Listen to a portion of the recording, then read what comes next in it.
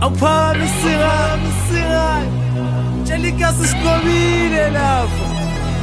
in the air, yes. To the YDO, baby.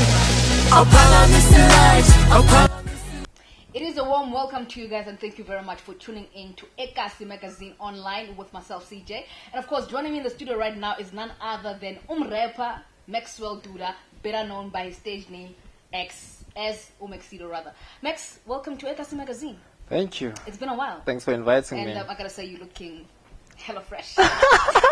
You know, always on point. Do you have a stylist, by the way? Yes, I do. I've got a guy that really, makes sure that I look clean, he says. And speaking of that, actually, as an artist, how vital or how important is image? Very, because, image. You know, the Japanese, they believe your image is everything. Yeah. In Japan, you get a guy, a street kid, like a guy that's on the streets, looking very clean. It doesn't matter what you do, because most starting other people won't be able to judge you with low class, low high class. You just gotta look clean, whatever you're doing. No matter drive a train, in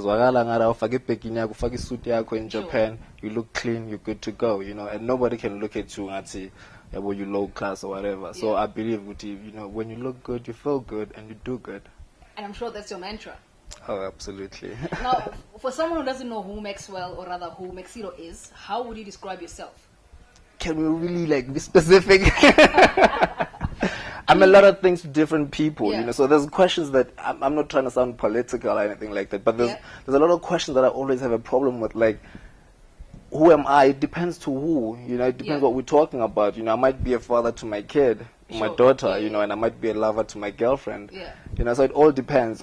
How do you want to know me? Let me just rephrase my question like this. Is there a difference between Maxydo on stage and Maxydo off stage?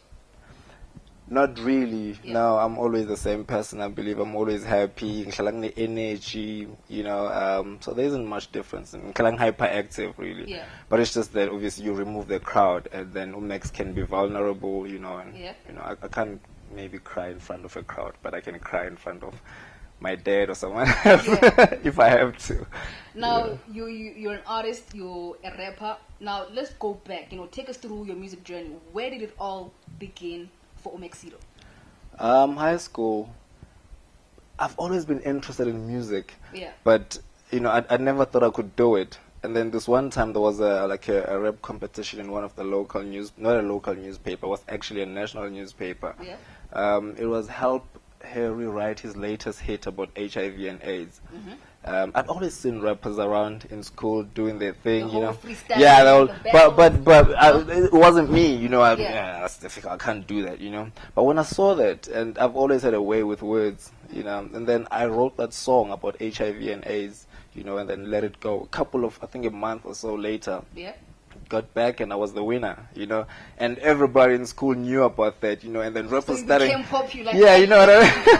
And rappers started coming to me and saying, hey, we want to battle you, and I'm like, no, but I write, and then I'd never been into a studio by then, I was only starting out, and then I went into studios, and then, I struggled, I'm a tempo, but eventually, I was good. And I'm sure with winning that whole competition, the girls came through. Come on. How did you deal with it? I didn't have to deal with it. No, man, I was too busy. The thing about me is I do so many things, I was doing all these other things, focusing on my academic work, and then at the same time, because I was writing essays as well, I won a physics essay competition, so I didn't really have time, to be honest with you, and I wasn't really a ladies' man in that sense. No, I never was. So you were more of like a bookworm? If you can say that, but not like stuck on books all the time. My interests were varied, so I was into books, into music, into art, I just never had time to be in love, and after school and come back. I never had the time for that, really. Now, Max, let's talk about, I don't know if this was the one single you would say, put you into the mainstream or into the world map. The single Harmonati featuring Fresh. Oh yeah. The song got massive airplay. Local community radio stations. I know YFM played the song a lot of times. Tell us about that single and how was it working with an upcoming rapper or Fresh as well. Yeah, now that was interesting because it was at a time when I believe that you can't be, if you want to go to Joburg, you can't be heading south to Bloemfontein, you know, you gotta head to Joburg, you know.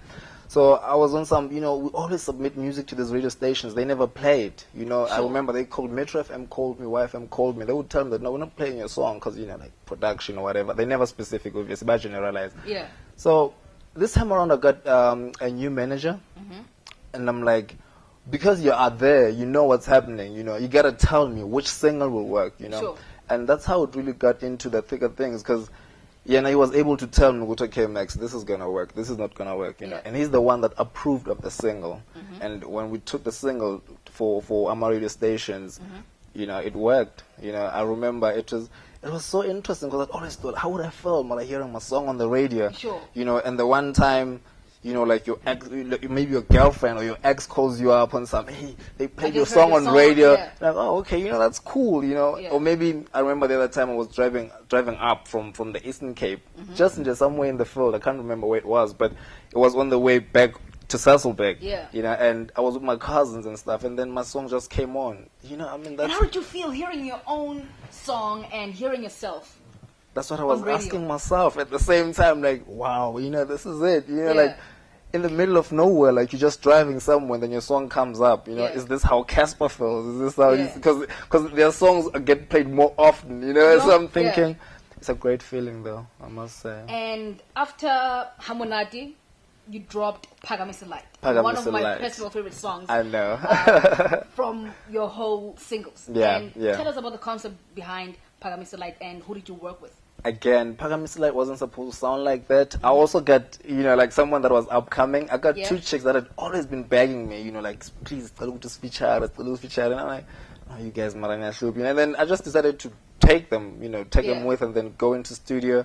And then we did that song and it came out like magic. You know, I wasn't even expecting that.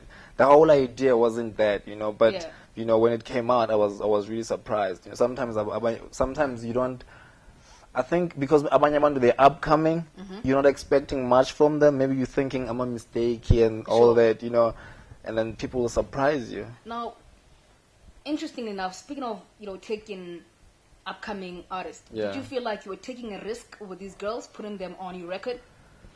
I wasn't too technical about the decision. Even with my first single, I wasn't too technical about it. Some of these things are, I don't know, maybe I'm a bit emotional about certain things, because what I do is I just feel like it. You know, I met Fresh and I thought, you know what, I've got a beat, let's do a song.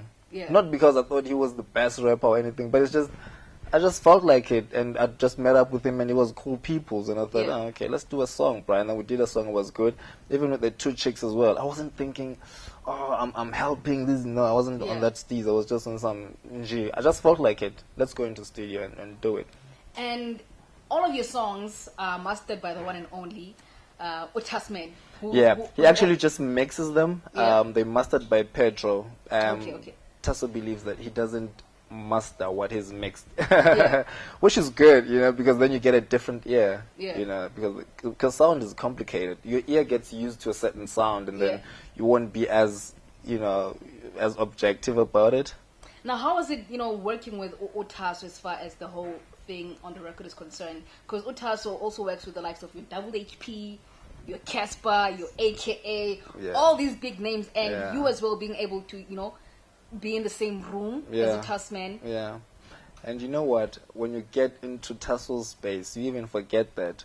Only when he reminds you, with a Kespa na robala mama, you know, when we're doing Boswaki Mang, WHP Nadutsi on that window, you know, that's what happened, you know, and then you remember, you know, this is where greatness is. When you see the awards that is Sama, you know, Studio Sahai.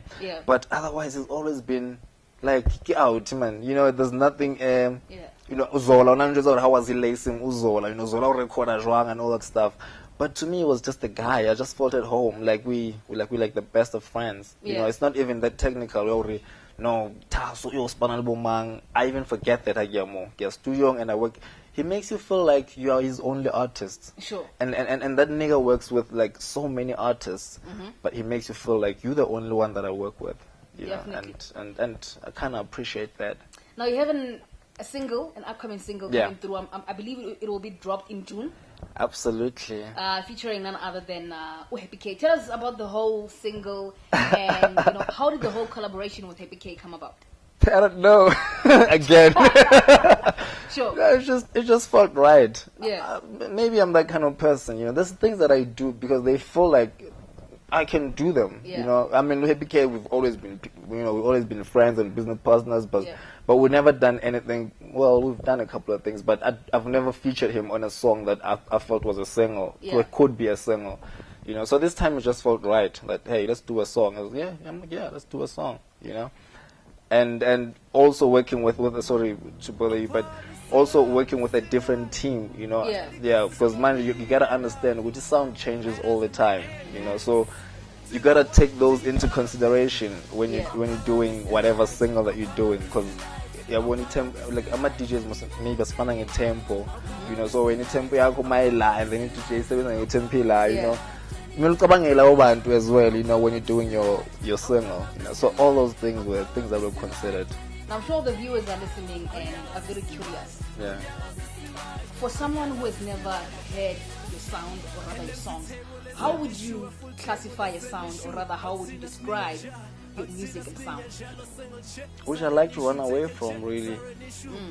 Of course it falls under the hip-hop umbrella, but music is music to me. It depends how I feel like, really. I'm not gonna say this is my sound, because tomorrow I might wake up and I feel like doing something else, and that's me. There's things that maybe I'm very emotional or something like that, but that's me. When I feel like, if I'm happy, I do happy songs. If I'm sad, I do a sad song, and I won't be feeling the same way. I can't box myself with ish. Everyone like beginners, they always do like happy songs all the time, I'm thinking, these guys must, but to them it's like business, but for me it's like, it is business, but at the same time I feel like a bit of me has to come out, because this is hip-hop, and the reason you're doing it is because you want to express yourself, and I mean, rappers are like the leaders of the future, so it is what it is. Now, how would you say you've grown since the days of winning the whole competition thing back in primary school and high school to now? How would you say you've grown as an artist? The growth has been massive. Yeah. Technically as well, because I mean, even there was a flow and understanding that, and understanding what is sounding maybe current, and how do you stay relevant in the industry, because the industry is like forever changing. Exactly, forever changing. It's dynamic, so you gotta understand okay, right, where do I fit in? You understand? Do I try and sound like them, or do I carve like my own lane and just stick to it? So in terms of understanding the whole dynamics of the industry, bruh, it's been in leaps and bounds. Yeah. Yeah, so it's amazing. And what do you think about the current state of music in general in SA? It's cutthroat. It's competitive. People are bringing out so much quality music, there's so much quality product. My only thing is there's a big pool, but the exit, there isn't. The ones that make it in that sense, it's only a few, which makes me wonder what this whole pool is going through. Or whatever, Yeah. But that's the only thing, because music at the end of the day is an industry. Understand? So if only 5 people are eating off the industry when there's 1,000 people in the pool. Yeah, I understand. Yeah. It makes it hard for even parents to invest in their kids, which I'm artists, because it doesn't work. Like 9 times out of 10, most artists never make it. Yeah. You know what I mean? So only one makes it out of 10, maybe. Sure. Every 10. I'm not. I might be wrong, but more or less that's my view anyway. So I feel like there's a whole pool of people that are struggling to really get there, or they don't know what to do to get there. Understand? So, which is a big problem for me, because there's so much money, there's so much potential in this industry, and there's so much potential, and if abantu bengathola uku-expose talent yabo, then it just iphelela nje emoyeni. And then if you're an artist and you don't get that exit or that chance or that platform, you get frustrated, and who knows what you're gonna do when you're frustrated. Speaking of platforms, do you think upcoming rappers or upcoming artists in general get adequate platforms to showcase their craft?